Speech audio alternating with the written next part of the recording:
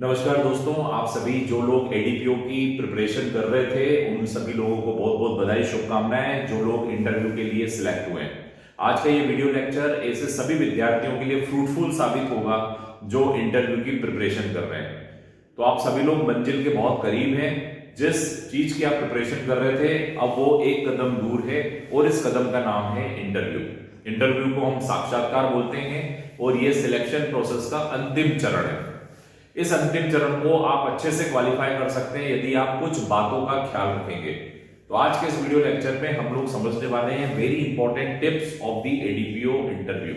ADPO interview के लिए जो साक्षात्कार में जाने वाले स्टूडेंट्स हैं वे किन बातों का ख्याल रखें, किन इंपॉर्टेंट बातों का उनको ख्याल रखना चाहिए ताकि सीधे वो इंटरव्यू बोर्ड में जब जाएंगे तो कॉन्फिडेंटली वे लोग सिलेक्ट भी हों। तो आज के इस वीडियो लेक्चर में हम लोग कवर करेंगे important tips for the ADPO interview. तो आप सभी का स्वागत है यूट्यूब चैनल लॉ इजी में। और इस लीगल प्लेटफॉर्म में हम कानून को आसान भाषा में समझने का प्रयास करते हैं। इसी कड़ी में आज हम लोग टिप्स कवर करेंगे। एडीपीओ के रिजल्ट्स आउट हो चुके हैं। एडीपीओ रिजल्ट्स के बाद अब अनेक विद्यार्थी इंटरव्यू का प्रिपरेशन कर रहे हैं। इंटरव्यू यानी एक पर्सनल टेस्ट होता है, यानी फेस टू फेस एक एग्जाम होने वाली है। इसको वाइवा भी कहा जाता है, ओरल एग्जामिनेशन भी इसे कहा जा सकता है। आप सभी लोगों ने रिटन एग्जामिनेशन दे दिया है। रिटन एग्जामिनेशन में सिलेक्शन के बाद का ये अंतिम और आखिरी फाइनल सिलेक्शन प्रोसेस का एक स्टेज होता है। एडीपीओ ये वही एडीपीओ है, एडिशनल डिस्ट्रिक्ट प्रोसिक्यूशन ऑफिसर, ये वही है जो सीआरपीसी की सेक्शन 25 में बताए गए हैं, जिसे असिस्टेंट पब्लिक प्रोसिक्यूटर कहा जाता है। तो सबसे पहले जिस पोस्ट के लिए आप सिलेक्ट होने वाले हैं उस पोस्ट के कर्मों को समझ लें, उनके फंक्शंस को समझ लें कि वो क्या काम करते हैं। आप सभी लोगों को अभियोजन का संचालन करना है। अभियोजन का संचालन मजिस्ट्रेट अदालतों में जो दंड न्यायालय है उन दंड न्यायालयों में प्रोसिक्यूशन को आपको असिस्ट करना है, यानी पुलिस को रिप्रेजेंट करना है, राज्य का रिप्रेजेंटेशन करना है, अभियोजन करना है। तो अभियोजन करते समय आप अभियोजन अधिकारी तब बनेंगे जब आपको पूरे अभियोजन की जो क्रिमिनल लॉस की जो जानकारियां हैं वो हैं कि नहीं। पर इस सिलेक्शन प्रोसेस में इंटरव्यू का भी एक बहुत इंपॉर्टेंट महत्व है। इंटरव्यू चूंकि फाइनल स्टेज है, परीक्षा का अंतिम चरण है, सिलेक्शन प्रोसेस का अंतिम चरण है और इसमें नॉलेज चेक भी होने वाला है। आपके लीगल नॉलेज के बारे में भी प्रश्न पूछेंगे इंटरव्यू बोर्ड। इसके अलावा आपका पर्सनालिटी का टेस्ट भी होने वाला है कि किस प्रकार आप रिस्पॉन्ड करते हैं, किस प्रकार आप रिएक्ट करते हैं, किस प्रकार आपका वे ऑफ टॉकिंग क्या है, पोलाइटनेस है कि नहीं आपने, इन सब बातों को भी चेक होने वाला है। वे टू रिएक्ट, आप कैसे रिएक्ट करते हैं। ह्यूमन क्वालिटीज, आप में जो मानवीय गुण होना चाहिए वो मानवीय गुण है कि नहीं, क्या आप डिसीजन मेकिंग पावर है कि नहीं, क्या क्विक रिस्पॉन्स लेते हैं, क्या आप सोचकर उत्तर दे रहे हैं। अनेक बातें आपकी असेस होती है। साथ ही साथ स्ट्रेंथ और वीकनेस, आप में क्या ताकत है और आपकी क्या कमजोरियां हैं, इन बातों का भी इंटरव्यू बोर्ड वाले पता लगा लेते हैं। साक्षात्कार लेने वाले व्यक्ति आपकी सारी क्वालिटीज को पता लगाएंगे कि क्या आप हम्बल हैं, क्या आप पोलाइट हैं कि नहीं, आप कैसे रिएक्ट करते हैं, आपके विचार क्या है, व्हाट इज योर ओपिनियन, आपकी स्किल्स कितनी है, आप में क्रिएटिविटी है कि नहीं, क्रिएटिविटी है, रचनात्मकता है कि नहीं। अब इतनी सारी बातें इंटरव्यू बोर्ड एसेस कर लेगा। जब आप इंटरव्यू देने जाएंगे तो आप समझिए कि आपका पूरा एक्सरे होने वाला है। वे आपकी हर गतिविधि पर ध्यान रखेंगे और आपकी गतिविधि से ये पता लगाएंगे कि आप किस प्रकार के मनुष्य हैं, क्या आप इस जॉब के लिए सूटेबल हैं, क्या आप इस जॉब के साथ न्याय कर पाएंगे। ये सारी बातें इंटरव्यू बोर्ड में देखी जाने वाली है। इन बातों को देखने के लिए कुछ टिप्स मैं आपको बताने वाला हूं इस वीडियो लेक्चर में। अगर आप इन टिप्स का ख्याल रखेंगे तो निश्चित रूप से आप जरूर सफल होंगे और मेरी शुभकामनाएं आपके साथ है। क्योंकि इंटरव्यू फेस टू फेस होने वाला है। फेस टू फेस मतलब आमने सामने होने वाला है। अभी रिटन एग्जामिनेशन जब हुई थी तो एग्जामिनर जो थे, जो सिलेक्टर थे, वो आमने सामने नहीं थे। उन लोगों को नहीं पता कि आपने एग्जाम कैसे दी, क्या एग्जाम तुक्के से तो नहीं सही हो गई, कहीं ऐसा तो नहीं है कि आप में क्वालिटीज नहीं है लेकिन ऑटोमेटिकली आपके उत्तर सही निकल गए। तो फेस टू फेस एग्जामिनेशन से कम्युनिकेशन होगा। अब आपका और इंटरव्यू बोर्ड का आपस में कम्युनिकेशन होगा, संचार होगा, एक दूसरे में बातचीत होगी और बातचीत से पता चलता है जैसे ही आप मुंह खोलते हैं तो आप अपनी पर्सनालिटी, अपने विचार, अपने स्किल्स, ये सारी बातें आप बताते हैं, आपका भाव भाव, आपकी बॉडी लैंग्वेज, आपका जेस्चर्स, ये सारी बातें काउंट होने वाली है। तो इंटरव्यू में इन बातों का ख्याल रखें। सबसे पहले हम नेचर ऑफ क्वेश्चंस देख लेते हैं, किस प्रकार से क्वेश्चन पूछे जाते हैं। तो इंटरव्यू बोर्ड नॉर्मली क्वेश्चन पूछेगा, कौन सा कानून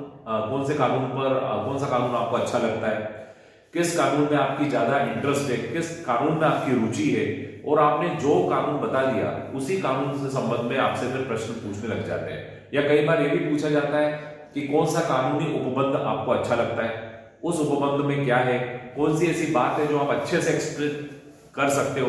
तो what is your favourite law, और करंट लॉ, यानी जो करंट लॉ के जो टॉपिक चलते हैं उनके ऊपर भी कई बार क्वेश्चन पूछे जाते हैं। जैसे ट्रिपल तलाक चल रहा था तो ट्रिपल तलाक के ऊपर क्वेश्चन पूछ लिया जाता है। यूनिफॉर्म सिविल कोड यदि प्रोसेस में है तो यूनिफॉर्म सिविल कोड के बारे में आपसे क्वेश्चन पूछ लेंगे।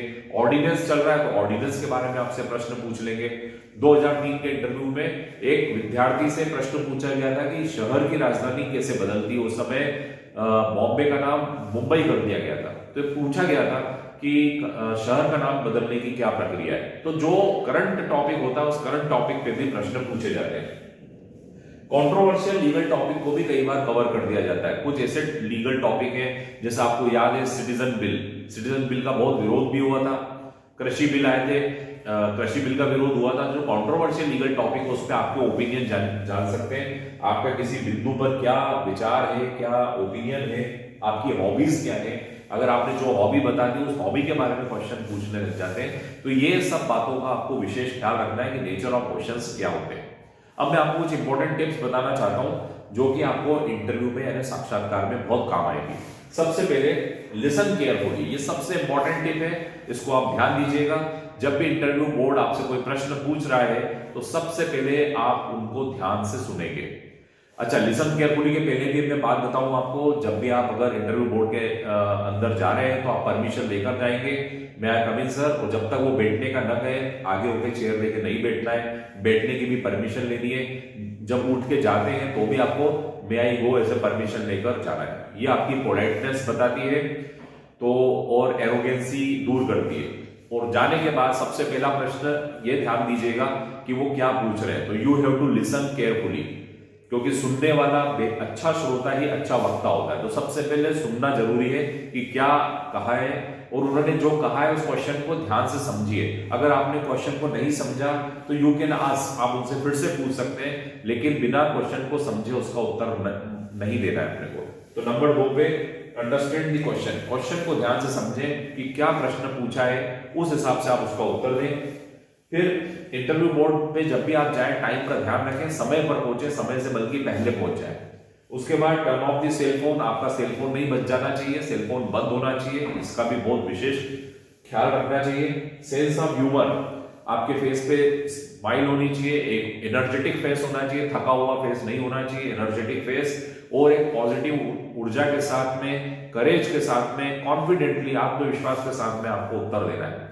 तो आपका जो पोस्चर है वो पोस्चर कैसा होना चाहिए, सेंस ऑफ ह्यूमर से भरा होना चाहिए। सेंस ऑफ ह्यूमर के साथ साथ स्माइल होनी चाहिए, फेस पे स्माइल होनी चाहिए। उसके बाद प्रोफेशनल लुक, फिर आपका जो लुक है वो भी प्रोफेशनल होना चाहिए। आप किस प्रकार का ड्रेस पहन के गए, आपका ड्रेसिंग सेंस क्या है, किस प्रकार आपका ड्रेसअप है, जूतों पर पॉलिश है कि नहीं, इन बातों का भी बहुत ही महत्वपूर्ण महत्व रखना पड़ता है। जिस पोस्ट के लिए आप चयनित हो रहे हैं तो आप वहां क्या आदर्श कर पाएंगे, इस बात को आप जरूर ख्याल रखें। प्रोफेशनल लुक होना चाहिए, आपका व्यवहार पोलाइट होना चाहिए, विनम्र होना चाहिए, विनम्र व्यवहार आपको करना चाहिए, ये भी बहुत इंपॉर्टेंट है। लीडरशिप स्किल, कई बार ऐसी छोटी मोटी घटना भी हो जाती है जिसमें इंटरव्यू बोर्ड आपकी लीडरशिप स्किल देखना चाहता है, नेतृत्व क्षमता है कि नहीं, आप आगे बढ़कर कुछ अच्छा काम करते हैं कि नहीं, ये लीडरशिप स्किल भी आप में होनी चाहिए। नो रिकॉल, अगर कोई प्रश्न आपको नहीं आता है तो आप ब्लफ मत करिए, आप घुमाने फिराने वाले उत्तर न दें, ब्लफ न करें। अगर आपको कोई उत्तर नहीं आता है, कोई प्रश्न का नहीं आता है उत्तर, तो आप उनको ये कहें कि मुझे क्षमा करें, मुझे रिकॉल नहीं होता है, अभी वर्तमान मुझे रिकॉल नहीं हो रहा है, sorry sir I am not gate recalling, मुझे रिकॉल नहीं हो रहा है। इस प्रकार से आपको उत्तर देना है। ये नहीं कहना है कि प्रश्न कुछ पूछा गया है आप उत्तर कुछ और बता रहे हैं। अगर आप ब्लफ करेंगे, गलत उत्तर देंगे तो ये आपके लिए नेगेटिव मार्किंग लेकर आएगा। फिर इंटरव्यू में एक और इम्पोर्टेंट बात है, आप विजनरी होना चाहिए। कई बार इंटरव्यू बोर्ड ये देखना चाहता है कि आपने कोई विजन सेटअप किया है कि नहीं, क्या आप में आत्मविश्वास है, कि आपके कुछ गोल्स है लाइफ में, कुछ एम्बिशंस है कि नहीं, कि बिना एम्बिशन के आप चल रहे हैं। Letter without address, life without ambition is letter without address. तो बिना उद्देश्यपूर्ण जीवन जो होता है वो एक ऐसे पत्र के समान है जिसपे एड्रेस ही नहीं लिखा हुआ है। तो आप विजनरी होना चाहिए, आपका क्या विजन है, और आई कांटेक्ट जरूर बना के रखेंगे। आई कांटेक्ट मतलब आंखों में आंखें डाल के ही बात करनी है, ऐसा नहीं प्रश्न पूछा जा रहा है और आपका ध्यान कहीं और है। आई कांटेक्ट बराबर बना होना चाहिए। ये महत्वपूर्ण टिप्स है जिसको आपको ख्याल रखना चाहिए। एडीपीओ इंटरव्यू के लिए हमारी वाधवानी लॉ क्लासेस की भी बैचेस प्रारंभ हो रही है और जो कि चल रही है, वो आप नीचे दिए हुए डिस्प्ले पर भी आप कांटेक्ट कर सकते हैं। यदि आप एडीपीओ की इंटरव्यू की प्रिपरेशन डीप में करना चाहते हैं और मॉक इंटरव्यू फेस करना चाहते हैं तो वाधवानी लॉ क्लास भी आप ज्वाइन कर सकते हैं। थैंक यू, सभी को ऑल द बेस्ट। जो लोग इंटरव्यू के लिए फेस करने वाले हैं उन सभी को बहुत बहुत शुभकामनाएं। Thank you.